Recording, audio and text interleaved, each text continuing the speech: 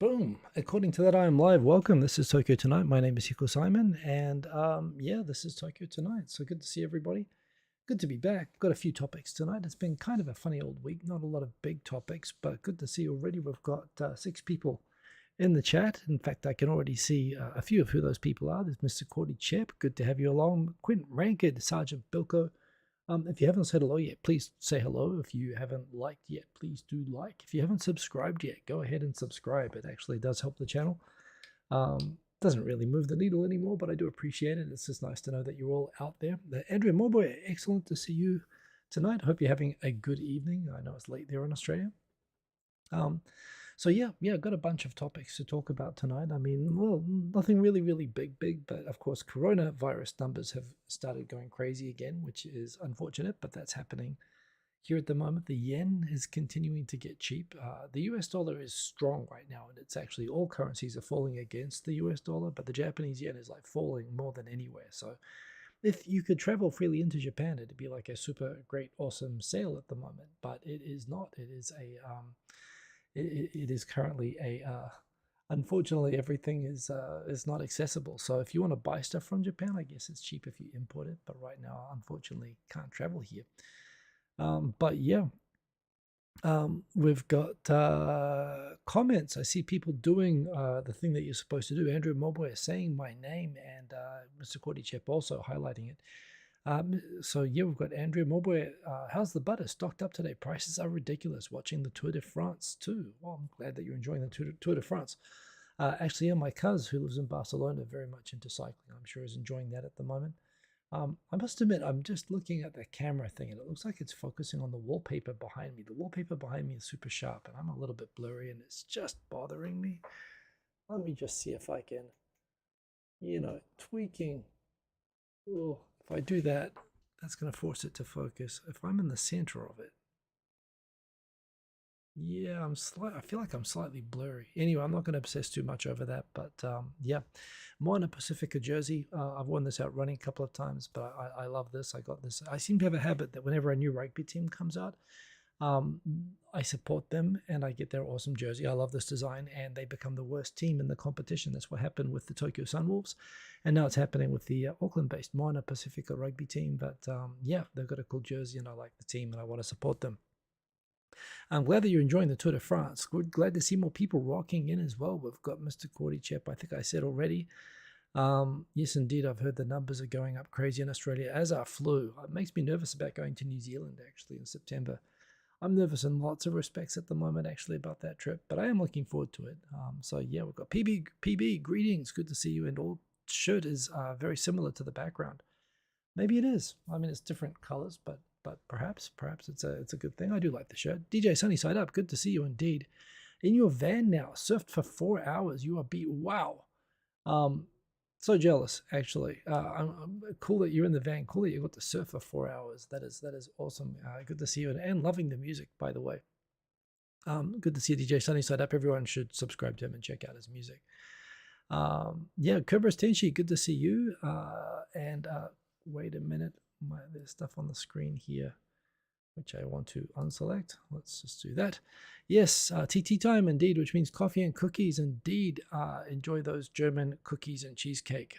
Good to have you with us. Ada Void, good morning, Arizona. Good to have you with us.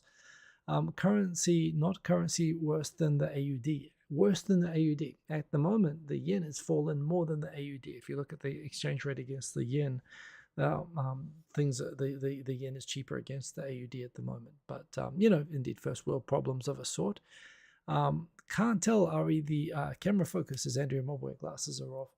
Yeah, I think it's okay. I'm just obsessing. I can see the monitor at the moment. So yeah, but anyway, I've got the nice camera on. In fact, you can see a little bit of the monitor there, which I'll just tweak so that you can't see that. Where it's a little dark, but I've got basically a monitor. The camera is mounted behind a monitor that I have, so you can catch the top of that at the moment. Had coronavirus 3 weeks ago, slept to ridiculous times, almost back to normal, says Andrea Morboy. I'm sorry to hear that. Glad to hear that you're feeling better. Yeah, I thought I might have had coronavirus. Turned out to be tonsillitis, but actually I ended up having a fever for 3 or 4 days, and I was on meds for 2 weeks. It didn't clear up fully after a week. So they extended. So I'm only off meds for like 2 days at the moment. So I can relate. I still don't feel totally clear at the moment, but yeah. Although coronavirus, that is scary. Hopefully, I'm glad that you've been feeling better about that, but and that you're recovered. But indeed, more sheep and butter. Indeed, Mr. Cordy Champ. Yeah, either asymptomatic or hasn't had it yet. But yes, indeed, the butter emoji, Mr. Cordy Champ, is not working. I don't know that. I think everybody can tell. It's the algorithm is scary. It understands. It understands what we're talking about. Dan H, message retracted. Sorry. Always good to have you in the chat, Dan H, even if you're retracting your messages. I don't know. Maybe it was a butter related comment. The algorithm nuked it. Who knows? But that's why we come here every week, isn't it? We've got 13 concurrent viewers, 5 likes. So I still have to impress a majority of you, but that's okay. I feel like the Japanese political opposition, although, the political opposition I sometimes think is actually trying to not get elected on purpose. That's my theory at the moment, and I'm not changing it. So it is late. It's summertime, by the way. The house situation. Whoa, there's some freaky emojis there from Andrea. Setsuna, good to have you in here, Setsuna. Long time no see. Nice to have you in the comments. Black Tengu as well. Nice to have our Greek representative here indeed. Rising in, it's falling in. It's falling in. The dollar is, well, everything is falling, but the yen is falling more than everything else. Did I see the video on Lilu and Den Fujita? You always ask me questions like that, and it always rings a bell. And that does ring a bell. Why does it ring a bell? I don't know why it rings a bell, but it rings a bell. Oh, see, now you make me want to look it up in the middle of the show. I'm going to look it up on my phone so I don't, mess up the screens. Den Fujita Lu Lu. Den Fujita on Letterman, the founder of McDonald's Japan. I have not seen this. And Lilu, the Chinese market. I'm not sure the video that you mean, Dan H, but I'm super interested, so I will look that up. So yes, thank you for the recommendation as always. Setsuna got news lately that you may be able to transfer with your company to Japan. Maybe you'll finally get to spend the yen you've been hoarding. If you've been hoarding yen, that's been a terrible strategy because it's worth less. You should have been hoarding US dollars, and then you would be able to spend it and be rich. But I'm glad you'll get to use it anyway. And friend in uni here in Melbourne for a few weeks. She teaches in Yokohama, hasn't been back since 2019. Oh, I'm glad. So she's in Melbourne and she teaches in Yokohama, but she hasn't been back to Australia, you mean, since 2019. Well, I'm glad for her. So it's nice that she could get back. So anyway, let's dive into the topics that I have. I should just say as well, summertime, the air conditioning situation means that we have all the doors in the house open, which means that everyone gets irritated if the show goes on for too long and my voice, I don't think it keeps my son awake, but that's the argument. So I really do have to make sure that I do not run over the hour mark. So for that reason as well, I'm going to speak a bit more quietly, closer to the mic, and I'm going to try to finish on the early side of an hour, just to avoid home problems. So because of that, and with that, let's jump in. 8 likes, 20 concurrent viewers. Welcome to the show. Let's dive in. Good news for all of those people who have been wanting to buy soap made out of natto. I mean, I know you never really feel like a complete salary man, until you are on the train in the morning, not just eating natto. I mean, if it's on your breath, that's one thing, but don't you really want natto emanating from all over your body? You want people to know that you're hardcore, that you are, that you believe that natto cures cancer, and you're going to cure cancer in every part of your body, especially skin cancer, because some people have advertised saying that. They got in trouble for it, by the way. Yeah, natto. I mean, that's one of those things. It's disgusting smelling. It tastes. I mean, it's okay. It's tolerable. It's a bean. You have it with soy sauce or eggs or whatever, and you can tolerate it. But there's really nothing that good about it. And half of Japan, by the way, it's not like all Japanese like it either. It's not even a nationalist thing. It's only people in East Japan that eat it. People in West Japan can't stand it. But yeah, they keep finding. I mean, honestly, these soya beans. There's so many things you can do with soya beans that are so useful. You can make, fake meat. You can make tofu. You can make, engine oil. You can make, soya oil. You can do so many useful things. Why make natto? And on top of that, why make soap from natto? I don't get it, but apparently it is a thing for people who want that. I mean, I suppose theoretically it's possible. It's one of those things. It's you know, people were so obsessed over whether they could, they never asked whether they should. But that is Japan. Natto soap, if you want it. One Johnson, good to see you. Yeah, next story that we've got. This is kind of a mysterious one to me, even though right now, I mean, essentially Japan is impossible to come to as a tourist, like, and has been like shut down for 2 years. Somehow, a Google search analysis or whatever has become the second most popular country in the world to relocate to, just behind Canada and ahead of Spain, and China came fourth. I mean, this ranking really doesn't make a lot of sense to me. If you could come to Japan, actually, it does kind of make sense. It's cheap. I mean, the thing is right now as well, housing in terms of apartments and stuff is actually, Tokyo is definitely more livable, more affordable. You don't earn as much money as Australia or New Zealand, but it's more livable. It's more affordable, and there's tons of stuff to do. So it does kind of make sense. But yeah. So I don't know if you trust these results. I'm not sure that these are places. I'm really surprised Australia is so far down the ranking as well. And I think this shows what the rankings show what they were last time. So again, they're all over the place. Canada up from 50, Japan up from 31. I don't know why Canada was so low in the first place. Canada is one of those popular places in the world to move to. But yeah, I guess people pointing out the yen being so weak and the cost of living is so low. You can have such a good quality of life, and it's so affordable, at least if you're coming from another country right now. So it does make sense. And I know cases of people at work who had the chance to relocate to this time zone. They could have gone to Australia or Singapore or Japan, and they chose Japan because they thought Japan was awesome. And so I see people voting for it. But yeah. PB in the comments says, have you heard of OpenAI's GPT-3, the natural language text and code generator? I have heard of that. It was provided with a prompt to write a scientific paper about itself. That paper is currently under review. That is freaky. I've heard this is the AI that's basically, you can tell it to like show you a picture of like a turtle riding a scooter, and it will generate a whole lot of pictures of. Is that the same one? I think that's the same one. But yes, I've heard crazy things about that. Dan H.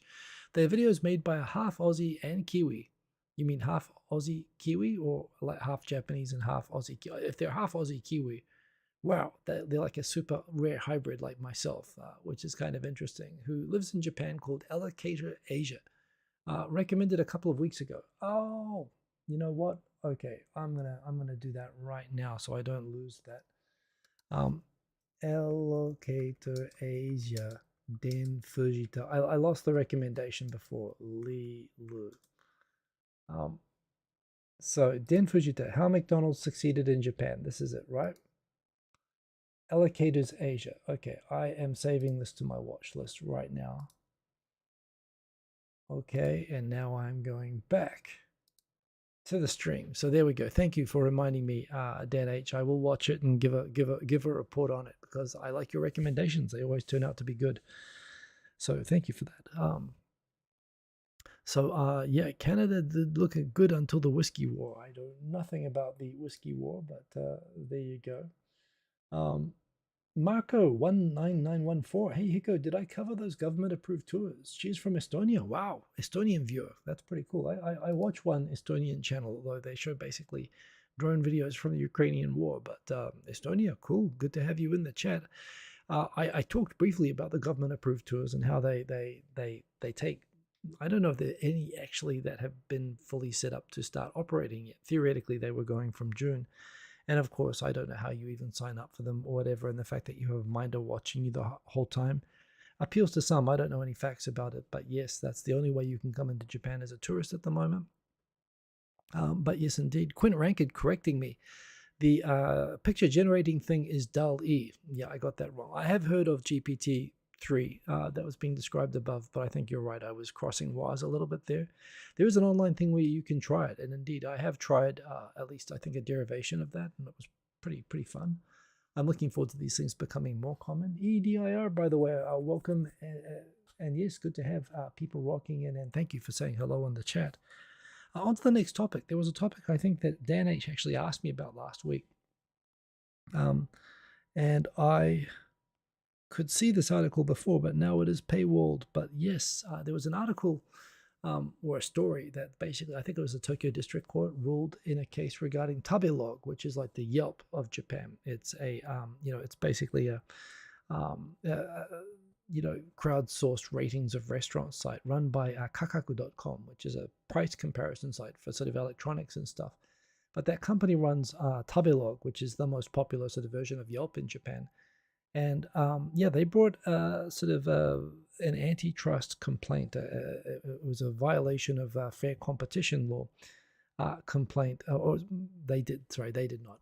A Korean yakiniku restaurant chain brought a complaint against Tabelog, saying that basically Tabelog had changed its algorithm in a way that caused its ranking to fall. And they argued that the company changing its algorithm in a way that was detrimental to certain restaurants and affected their ranking, that materially affected their customers and their business numbers, directly resulted in damages to those companies. And companies are basically reliant upon, when there's a digital platform that has an algorithm that determines a ranking that has a direct impact on their business, they have a duty to brief and warn and to tell the people on the site, one, how the algorithm works, and whenever they're going to change it so that they can mitigate negative effects. And the court found in favor of the complainant of the yakiniku chain. Apparently there had been a lot of low rate ratings, and when their ranking went from an average like 4 point something out of 5 to like 3, they saw a drop in business, and the Tokyo District Court ruled that yes, companies that have algorithms when that affect businesses of others, like that they use for a platform that affect businesses of others, if they have to disclose both how the algorithm works and if they're making changes to it, which struck me as being pretty dramatic overreach. I said this last week. I thought that, again, understanding how, like on YouTube, the perfect example here, creators are always trying to figure out, SEOs. There are companies whose whole purpose is to try to gamify algorithms, is to try to figure out what is the algorithm looking for that's going to give my shop a better rating. And, whether it's having farms of people in third world countries that will click 5-star ratings to be able to boost you, or more clever things like advertising or keywords or positioning. They'll give you strategies which will give you, better algorithm rankings, and basically maintaining the integrity of the ranking for it to reflect an accurate sort of a score that people will see as being an accurate score, reflects the integrity and trustworthiness of the site itself as a recommendation algorithm. So, as anyone who's been on YouTube knows, there's this constant game of cat and mouse between the platform that's trying to keep the algorithm up to date and have trustworthy results, and basically people trying to figure out how to game the algorithm to boost themselves and their businesses. And that necessitates a degree of secrecy, in order to stop people sort of cheating. However, in the case of Tabelog, there were some interesting additional facts, which were, for example, Tabelog was demanding that sites who basically paid a fee to kakaku.com could get a boosted ranking, like as a premier sort of a member, which would get you an automatic higher ranking. And apparently they went around telling vendors that, yes, if you don't become, a premier, if you don't pay us, your ranking's about to change and it's going to get worse. And they didn't pay, and they saw that as a form of extortion. And they saw the ability to change the algorithm, and it looked like it may have been discriminatory and arbitrary, targeting companies that refused to pay up. And because of that, they saw this as trying to basically manipulate competition. So it was seen as violating Japan's anti-monopoly law. And again, there's a lot of, like, European regulators, there's a lot of talk lately about the idea that websites that run on algorithms need to disclose those algorithms. And they need to disclose how they work, and in order to make sure that they're, for example, if they run on AIs, that the AIs are not, judging based on biased factors, particularly things like racial discrimination. There's a lot of sort of facial recognition algorithms which are trained mainly on Caucasians, for example, which will prove less accurate on non-Caucasian people. And particularly when you run the sort of facial recognition algorithms at deliberately low settings, they'll be more prone to make identification mistakes, for example. And so people concerned about this kind of bias and these kinds of sort of malicious algorithms. There's talk in different countries about regulating and forcing companies to disclose what their algorithms are and how they work to ensure that they're operating fairly so that people trust them. Personally, my view is that I think that that's silly. I think if a company like Tabelog, for example, is pulling out results which everybody thinks are not trustworthy, if they don't trust the ratings on the website, then they're not going to trust the website. The integrity of the ratings is the trustworthiness of the platform.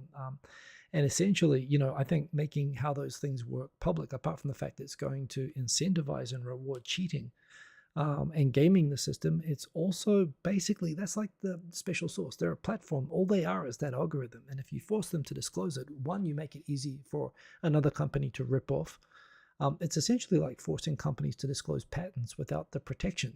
It's like there's no incentive anymore for making a good algorithm and making a good site. So I think for lots of reasons, the case seemed to me like it was based on not really properly understanding the technology or the implications of the ruling that they were making. And it was a district court case, so I think it'll be overturned. Will be interesting to see how it goes up. And indeed, if the competition regulator decides to take this up and how they decide to take this up. But actually, not just the district court in Japan. Competition regulators are looking at this. I think so long as they're looking at the big picture and they're understanding, algorithms are super important, but they're not new. Algorithms have been around, it's for as long as there's been math, right?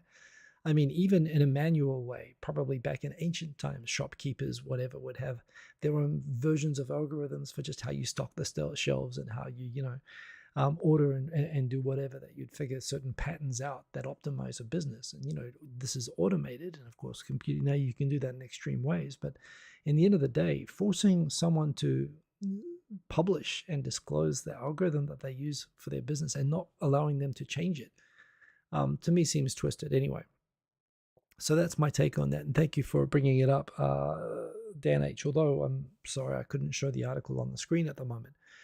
But yeah, Dan H. does have a comment there, by the way. You've heard with a weak yen, a lot of foreign investors, mainly from HCAN US, are buying Japanese properties because they think it's a good investment so they can move to Japan easier. Yeah, it's funny. I don't think of property in Japan as a good investment. I've never bought land here myself. The loans here, are like zero interest. So I've heard of people buying land in Japan and investing elsewhere. It's possible based on the currency being so devalued at the moment and thinking it will normalize, that just based off currency change that you may get it's a nice way to put a big amount of money in Japan that you can go and redeem later. And certainly, at least real estate prices here, they don't go up in Japanese yen, but they don't fall very much either. So I think it's kind of safe. But there again, one thing I've learned from 25 years, personally, I would never play the currency market game. It's one of my stories I've got coming up here that it's at 139 at the moment. The normal equilibrium of the Japanese yen against the US dollar, the normal rate, I would say, is 108. 108 is the normal rate. If it's like 110 or above, it's cheap. And if it's like less than 108, if it's like 100 or below 100, it's high. It's too expensive. The whole time I've been in Japan, it swung between like 75 and 125. When it hit 128, I thought, wow, first time in 25 years it's gotten this cheap. I'm going to sell my US dollars now. I'm going to buy yen while it's great. And I thought I did very, very well at 128. But now it's like 139, and people are talking about that with the Fed likely to raise rates again. I think they're talking about it likely maybe even getting to 145. But it's like real estate. When people start making predictions like this, that's when they all become wrong, So I don't know, but certainly it is interesting. It does feel to me like the currency is currently undervalued, and it does seem like a good way to move a lot of money. And claim the benefit of it. So it might be a smart idea, but if they're doing it to play the currency markets and they really know their stuff, good luck to them. If they're doing it for real estate itself as an investment, and sure, an added bonus of being able to move to Japan, good luck. But I yeah, again, I am definitely not a pro at this, and I wouldn't get into currency speculation myself. But certainly, the yen is radically undervalued at the moment, which I'm going to talk about a bit later. Quinn Ranked asks, is there copyright protection for the algos? Good question, actually. Good question. I mean, essentially, the thing is, copyright protection doesn't save you from having to disclose it, and so it doesn't protect you from gamification. It may protect you from copying. If you actually published an algorithm and someone literally copied that, yes, code can be protected by copyright. And if you copy code like line for line, and there have been cases, software copyright violation, where they found the same coding errors and so on. However, what any coder will explain to you is that it's very easy to copy code without necessarily, duplicating the code. You can figure out what's going on and just duplicate the function and even the appearance without violating copyright. So it's fairly easy to get around with coding. But sure, yeah, I think technically, to the extent that you have an algorithm written in code, you could protect that, and you could use that to protect yourself against someone ripping off your website.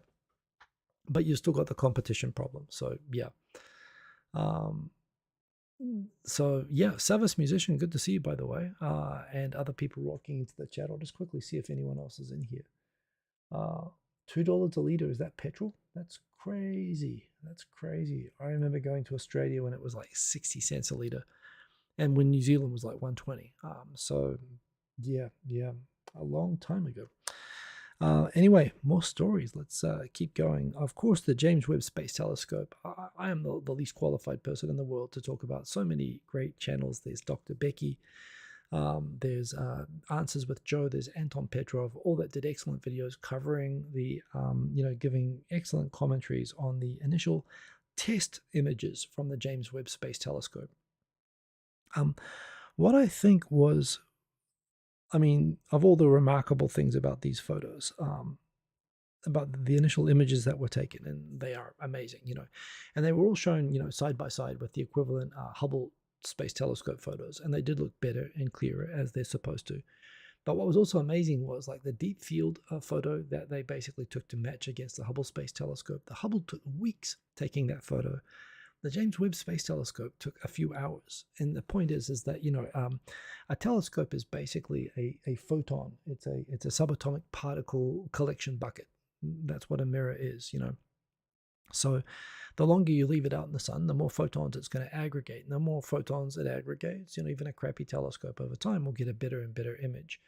Of course, you can overexpose it if you have the settings wrong. But, if you're looking for really, really far away things with only a few photons, the longer you leave the shutter open, the brighter the image will be, the more light that you'll collect. So the fact that these were test images where they only took a few hours shooting each one, they just shot over 5 days. They just shot a bunch of random photos to sort of demonstrate the capability of the telescope. But they weren't really even trying yet.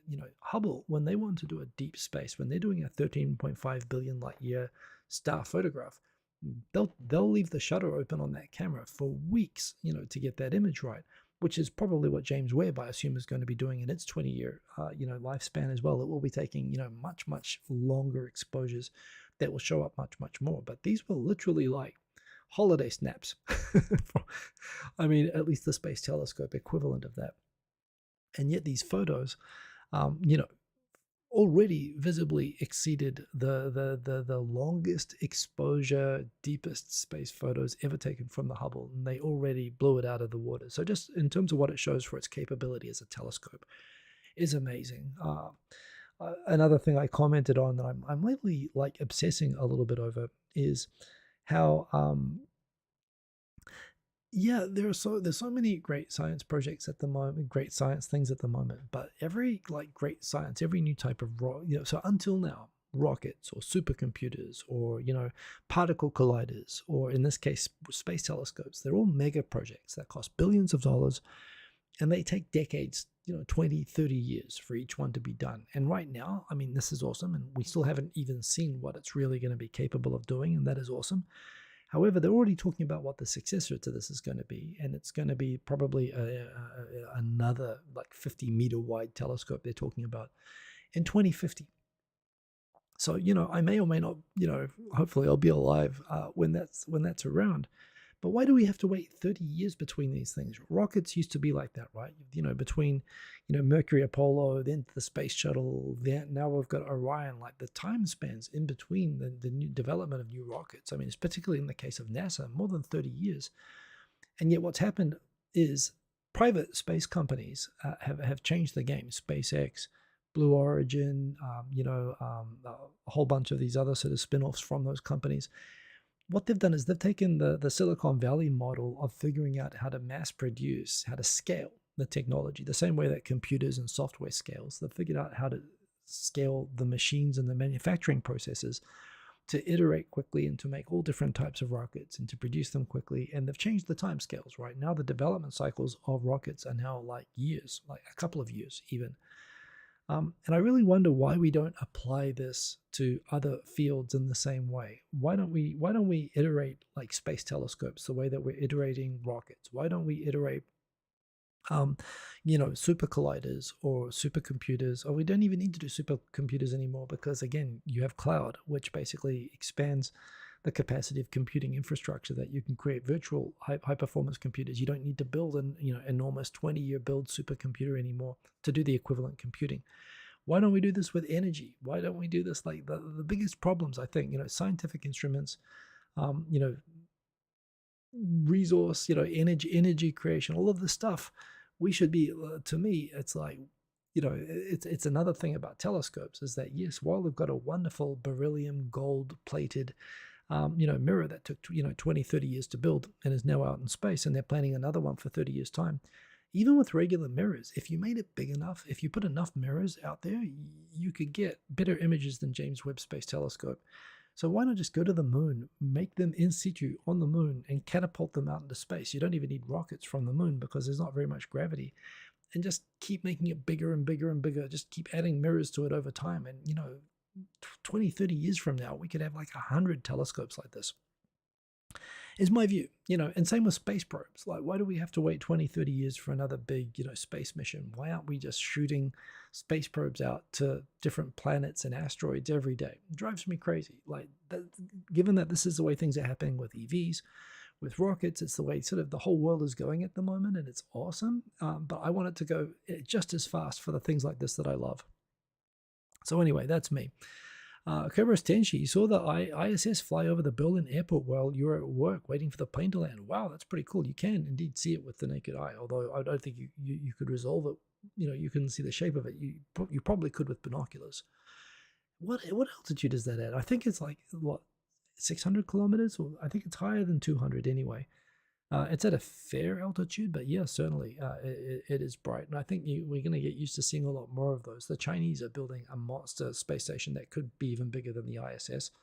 And again, my hope is that we'll see a ton of space stations, which again is going to make it difficult for astronomy, which is why we should be sending more telescopes out into space. But anyway, big moon launch in spring. Yes, indeed. Hope so. That's what NASA's saying anyway. It'd be awesome to get that going again. And again, like, rather than just land and pat yourself on the back, and NASA's only planning one launch per year, private space companies are going to get out there much faster than that. So, no. So yeah, again, I don't know, go faster. And when you get there, like, put robots that can like mine and make stuff on the moon so you don't have to ship everything up there. But these things as well, these images are just like so cool. What I find most interesting is that, yes, while it was cool, the spectroscopy that they took of an exoplanet where they could actually tell the elements in the atmosphere as it was transiting its star, that was amazing. And again, everyone still is excited about finding life with this thing, and that is indeed a possibility, or at least things that point to life. But the biggest thing is trying to figure out, well, okay, at the beginning of the universe, which this thing will be able to see, what was all of the mass in the universe made up with? Where is all of the missing mass in the universe? And is it made up of particles that we are still trying to discover for physics? Like, what is physics? There's a whole lot of things, fundamental things with physics that aren't resolved yet, which it's funny because they're looking for things that are basically subatomic, but they can figure it out by looking at the composition of the very earliest objects in the universe, and that's what this thing is going to be able to resolve, which is the nature of everything. It's ironic that we've got a telescope looking at the biggest things in the universe and the most far reaches, and yet hopefully what the biggest thing it might solve is not life, but what's inside atoms. It's just nuts to me anyway. So that's my take on why this is awesome, and I can't wait to see it really start working. Japan's population continues to decline, ironically, except Okinawa. Okinawa is just a funny prefecture. Of course, it returned to Japan like 30 years after the war. It came back in 1970. Actually, I think it was 1972 or 1975 that it reverted. But of course, it missed out on Japan's economic miracle. And as a result, it still is economically far behind the rest of Japan. High unemployment, low per capita income, yet the highest life expectancy. I mean, lots of sunshine and healthy vegetables and stuff like that. Lots of alcohol and alcoholism down there and problems like that.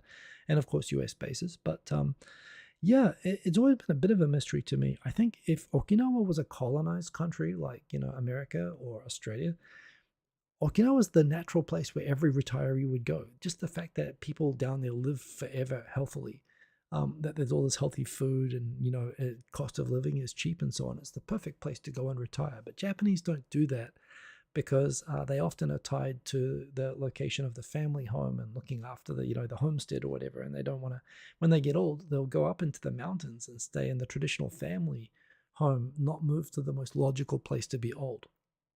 There's not many Japanese people who sort of feel that freedom. So you don't get the same kind of freedom of movement among elderly people that you would, which I think if you had, Okinawa would have a population increase, mainly from old people. But it is a trend now. It's always mystified me that it hasn't been more of a trend of people both migrating to Okinawa, as well as the fact that, again, it's kind of ironic, but the richer prefectures, Tokyo attracts people through migration, but generally speaking, poorer prefectures generally have higher birth rates. I guess various explanations I guess you can think of for that. But yeah, Okinawa seems to both be attracting immigration and has a birth rate. So it is funny, they are the only prefecture growing at the moment. Even Tokyo decreased, but that's probably partly related to the economy being on hold and a lot of people moving out of Tokyo during the pandemic. I think that will probably revert eventually, but who knows if this pandemic thing is ever going to resolve. So yeah, chicken number. Chicken number, I don't think is not really Okinawan. That's more Kyushu in my image. I might be wrong about that, but I associate that with like Kumamoto, sort of the deep fried chicken. Okinawa is like totally different. Okinawa is pig hooves, pig ears, Goya bitter cucumbers, Goya champo. And I say all of these stuff probably on purpose because it stands out because it's so different and it's a little bit gross to people. But it's delicious, actually. Goya champo, just spam and tofu and Goya. I don't know why that works, but it works so well. Okinawan food is awesome. And the fact that they drink awamori down there, the alcohol down there is like, between 50 and like 95% alcohol. So yeah, they're like the Russians of Japan when it comes to drinking. Yeah, they do have great food, but I don't think of chicken number as part of that anyway. Dave O'Dentits, so good to have you in here. And well, look, what pensioners do in their free time. I saw the movie Cocoon. It's cool, right? I mean, I don't want to see that. I don't even want to know about it. But let them do their thing if that's what they're doing. It's probably not what they're doing, but if they are, power to them. Interesting story bouncing around this week about the future of cars as a subscription nightmare. Outrage at hearing that BMW was starting a subscription service for people who own BMWs that it would charge them a monthly fee in order to turn on the heated seat that exists inside their car.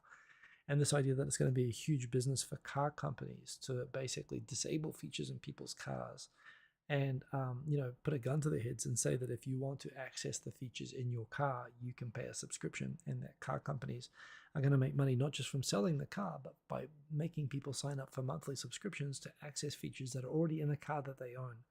And everyone is outraged. And I put this in here because I think that the future of cars is subscriptions. I agree with that. And I think that's actually going to be an awesome and good thing, but not like this. The problem with this that I have, and I think that people are reacting to, and that I indeed also disagree with and reacting and am reacting to, is the idea is like buying a house. Like you own the house, but the construction company like locks some of the houses and won't let you open the doors to those rooms unless you pay them an additional monthly fee, even though you already built the house. And that's just kind of crappy. That's actually borderline extortion. However, I think the same model, both with the house and the car, makes sense if you are paying a subscription service for mobility. So in a case where I just want to be able to click my fingers or open up an app on my phone and say that I need a car right now, and that car, and for whatever need that I have. So it won't be a specific car. It won't be, one day I might feel like going for a drive in a two-seater convertible roadster because it's a nice day. Another day I might be going out to the airport and I might want a van which can carry lots of people and suitcases. Another day I might need a truck. Or another day I might, want a sedan. If I can have a car come to me that's like furbished and new and clean, and if I can, I would be happy to pay a subscription for a car that will drive itself to me, take me wherever I want to go, be whatever sort of car that I need.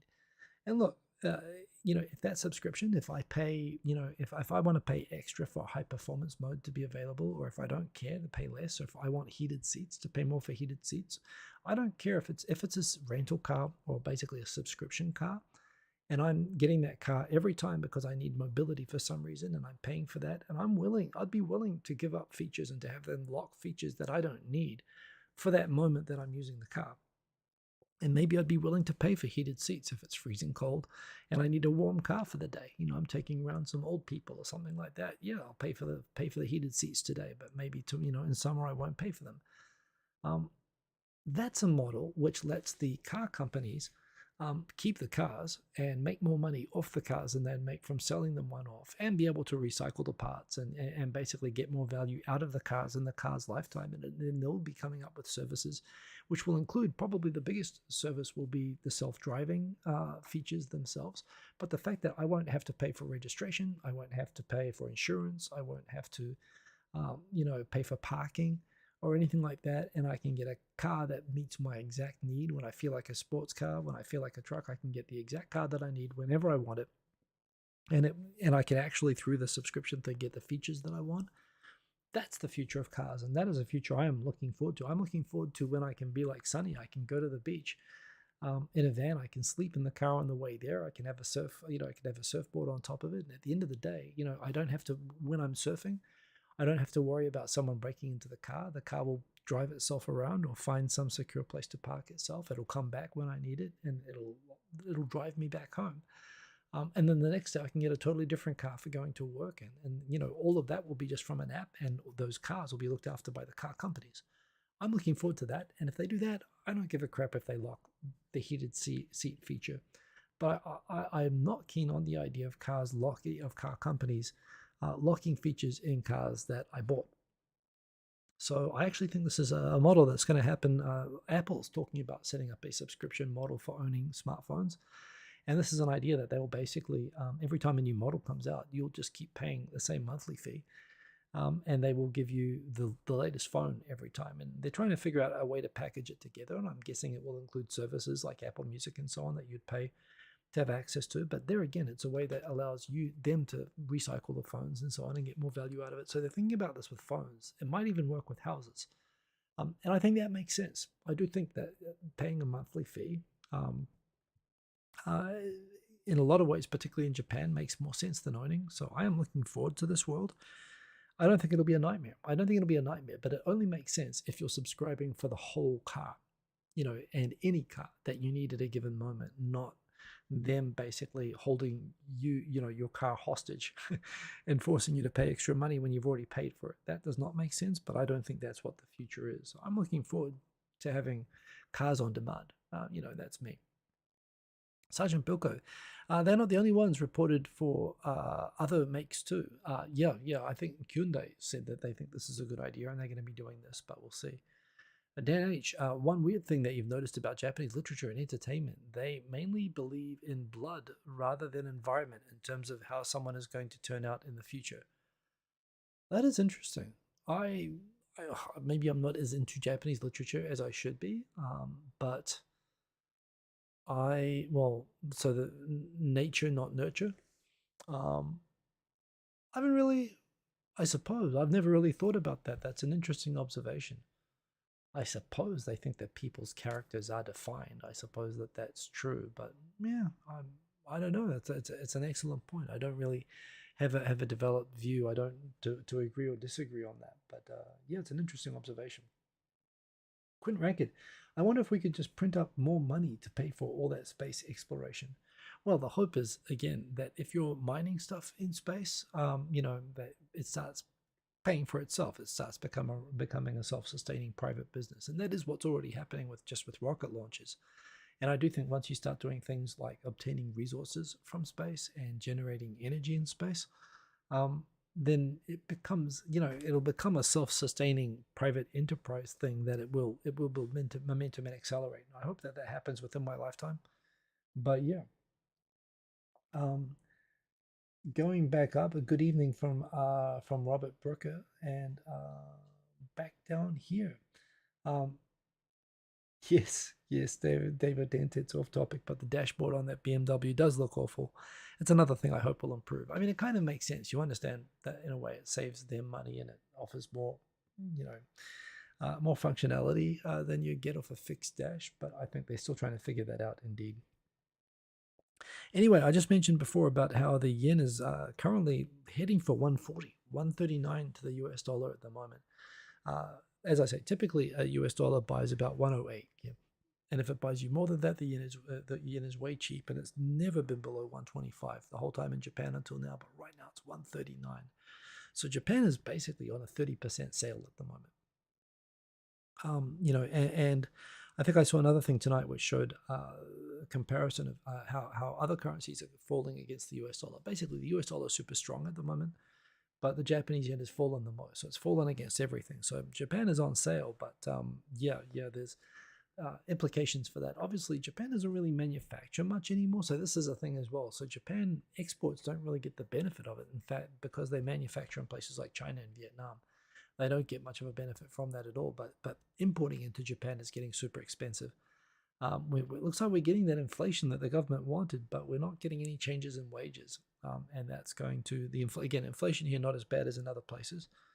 But the virtuous cycle inflation that was hoped for looks like it's not going to happen. And again, the world economy looks kind of scary at the moment. When you think of how prices are rising and wages are falling and the economy is kind of frozen by the pandemic, and we've already had Sri Lanka, and I'm sure we're going to see other countries get into significant economic trouble, including China. Looks like it's going to be heading for that with its real estate sector and its banking sector. So a lot of people saying really strong, like the world is in for a really serious rough time coming up. I hope that's not the case. Again, I do feel like being in Japan. Japan is just a place that seems to be able to ride through these things, not well, but not too badly either. It just seems to sort of chug through, and I do hope that that's how Japan will get through. Like even the big shocks that I've seen since I've been here, including the Credit Suisse, crash in 2004 and the Lehman shock in 2009 and so on. Japan's kind of never been good, but it's comparatively been more stable. It's not so up and down. But yeah, right now there's cheap yen and all the other things going on. It's kind of scary, especially when you think of the inflation impacts for Japan. And again, the thing that would turn that around would be tourism. But hard to do at the moment because of this. The numbers have gone crazy. Is there a graph in here? I don't think that there is. But basically, we've just had the highest daily numbers nationwide that Japan's ever had. I think Tokyo has started to break its record. And these waves, they normally go up like this, sort of gradually, but this one's just gone like straight up. So it's not clear how far up it's going to be. I will comment that last week I was at work and I was just going by a free PCR clinic, which I popped into myself when I got tonsillitis for a test. and I was the only person around who was there. When I walked past there the other day from work, there was a long line of people up the street going for this free PCR test. Today, when I went for a jog at lunchtime, I went past a medical clinic that was on a main road, and I've never seen people out in front of it before. I've never seen people even going in and out. Today, I saw a long line of people on the street out in front of it. So this thing, yeah, this current wave, the seventh wave in Japan, seems pretty crazy. Everyone's talking about BA5 and BA 2.5 and Omicron and whatever it is. Clearly, there seems to be a more transmissible and an even more transmissible version of the virus going around at the moment. The other thing is, I certainly from June, many companies and people, including myself, kind of felt like, well, America's fully back to normal and Europe's like fully back to normal, or at least they're trying to be back to normal. I think everyone's seeing a rebound at the moment in cases from this. But everyone was like, yeah, Japan's going to open up anyway. Hell, I'd just been traveling overseas. So even I started going into the office and meeting people in person more. And I felt things going back to normal slightly in June. I think this is the result of a lot of people dropping their guards. Not to say that people are not still all wearing masks in Japan, and using sanitizer and all that sort of stuff. But clearly people, in terms of their movement, their willingness to go out, their willingness to travel. Long weekend at the moment. So a lot of people traveling. Pictures from the Gion Matsuri in Kyoto showed huge crowds down there. And this was cancelled the last few years. So clearly the precautions that people were taking, the limitation of movement and access to other people that were keeping the numbers under control, that guard is fully down at the moment. And we seem to have a combination of that with this very transmissible version of the virus, and the numbers are freakishly skyrocketing. Serious cases and deaths and so on are not up, but basically this number, when I came back to Japan 2 weeks ago, there were like 1,000 cases a day. Now Tokyo's up to like 20,000 cases a day. So, that's what the curve is like. It's literally more than 2 times week over week, even still. So, yeah, it's kind of freaky. And, and I've got another trip planned for September, and I don't know what it's going to be like then. The government is talking about asked if they're going to be reintroducing restrictions on movement. They've said that they won't.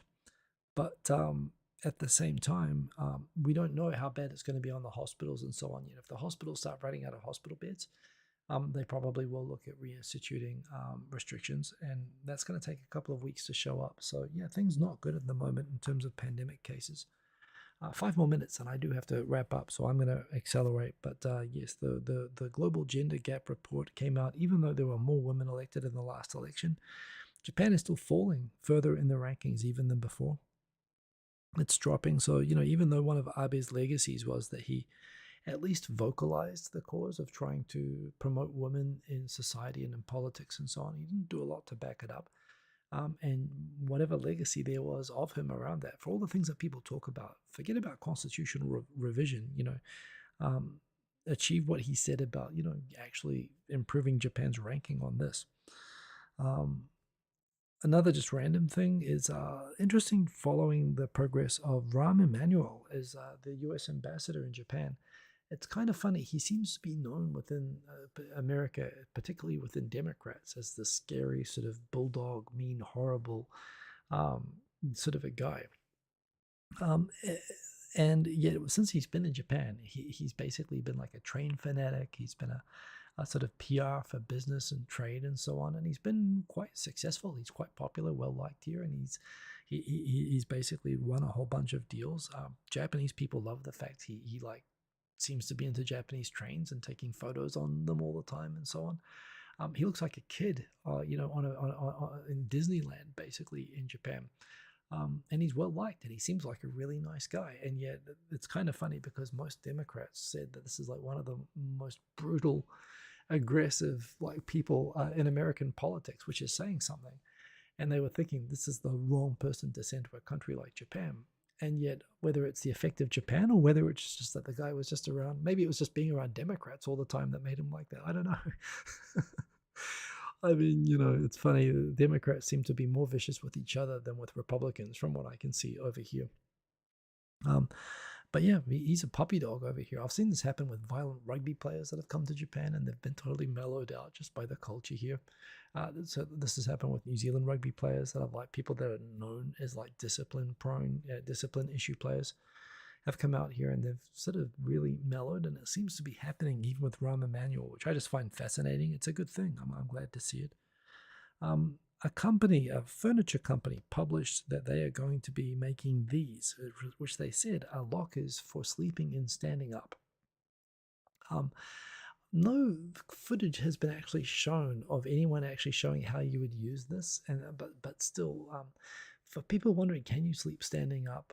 I can tell you, unfortunately, yes, you can. Anyone who's traveled on the Chuo line in Tokyo from beyond Hachioji, it's actually a necessity to learn how to sleep standing up, and the crowds can actually prop you up from the pressure. But even on your own, you see people occasionally their knees like drop out because they fall asleep standing out, like holding on to or they kind of hang from the rope, and they start their knees drop out and you can see them asleep. But people, it's a skill. People learn how to sleep with their legs propping them up, and it's pretty terrible. It's not a skill that you want to have. It's a horrible, horrible, horrible thing. And the idea that a furniture company actually deliberately made these containers for vertically standing up in and sleeping seems pretty horrible. I mean, and the fact that companies were sort of promoting this on TV, like if I ever went to a company that had these pods in, I would immediately, I wouldn't even quit. I would just run out the door and never come back.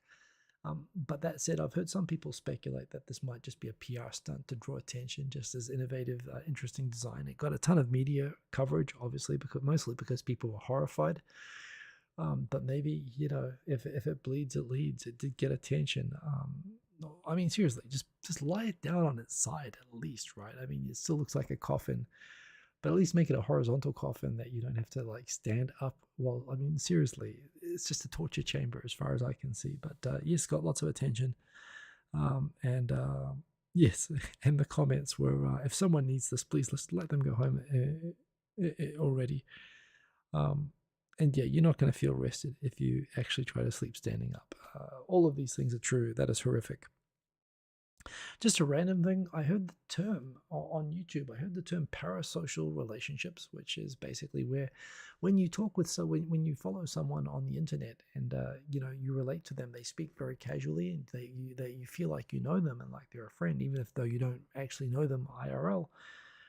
Apparently you call that a parasocial relationship. I never heard that term before, but I thought, oh, that's what you call that, because of course I've felt that towards YouTubers that I've not met, and I relate in that way with all of you, and I love doing meetups and meeting up with people, and I feel I recognize, because I've got a small community around me, I recognize most of the usernames, so I do feel like I at least know your handles. I know the personalities that I see through your handles reasonably well, and it is fun to meet up. Of course, this comes up more in the context of when you have people with 1 million viewers, where they can't possibly know everyone. And in those 1 million viewers, you get like one psycho or whatever, and stalkers and so on. And people talk about how they completely can, misread, and they'll feel like, they start doing freaky stuff. And that's partly where that comes up. But that idea of being familiar with people that you only know through social media or through the internet, it's kind of a thing that's funny. I'd never heard the term before, and I heard it and I thought, oh, that's what you call that. I've never heard that before. And then I heard it like 5 times this week. I don't know why it's all of a sudden popping up all over the place, but yeah, I thought it was kind of cool anyway that that's a term. Another reason I'd love to do a meetup at some point when things get better. British intelligence says that Russia has deported 2.5 million Ukrainians through special camps into Russia, which is the population of Chicago. It's getting into the 6 to 15 million Jews, like in terms of the numbers of people that have been transported. It's mind-boggling. And the fact that we've given them 8 HIMARS and we're giving them weapons, but not weapons that can reach Russia because we don't want to upset Russia. And Russia's deporting 2.5 million people. And the fact that they're finding out that these people are being deported to the Far East and Siberia.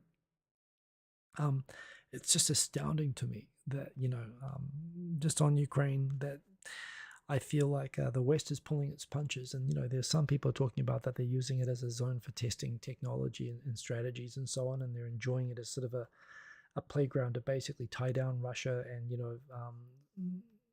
drain it militarily and so on. But I really think that we should be sending much more direct aid to Ukraine to be able to fight this off and defend its people. I still find the war horrific, even though it's not getting the same sort of headlines anymore. It's one of those. It is the most important thing happening in the world right now, and I really think that we should be giving Ukraine more support defending itself. And driving out Russia is just insane. So yeah, anyway, those are the things that have been bothering me. We are up on the hour. I do have to end the show. It's been great to see you all, of course. Railway Era hasn't been that great so far, but I think it just depends on your perspective. PB, there's been, I think, science and tech. It's been an awesome time. But I do have to wrap up. Quinn Rankin, did you see that Putin said this is a tragedy for the Ukrainian people? I did not see that. Well, nice of him to notice. I mean, the fact that he's talking about putting Rogozin, the head of the Russian space program, in charge of occupied Ukrainian areas, he is an actual skinhead, an actual neo-Nazi leader who Russia has as an advisor. They talk about denazifying Ukraine. How are they denazifying it when they are deporting people into camps and putting a neo-Nazi in charge? They're literally Nazifying the place. They're doing the opposite. But yeah, it's a tragedy. So he should stop it, right? Anyway, it bothers me a lot. I'm continuing to follow it, even though it's not related to Japan. But yeah. Anyway, these are the topics for this week. Thank you for keeping me company. Remember, follow me on Twitter, Facebook, all of that good stuff. Forget about Facebook. Just follow me on Twitter. If Elon Musk doesn't destroy it, I'll be back here next week, same time. I've got nothing better to do. I enjoy spending my time with you every week. Thanks for keeping me company. Remember to like if you liked. I do appreciate it. Remember to subscribe if you haven't subscribed yet. Watch Better Call Saul. The final half season is starting. It's good. Also, I am in the middle of watching Resident Evil, the TV series. It seems to be a South African-made series. And Resident Evil are basically a bunch of B movies, and I like the game, but I really didn't like any of the movies, even the ones that were more positively rated. I'm quite enjoying the series on Netflix, actually. It's quite a good series. So, yeah, that's a recommendation. I'm going to go back to watching that now. Have a good week, everybody. Stay safe. Don't get the Rona. Come to Japan when you can come to Japan. See you soon. Peace.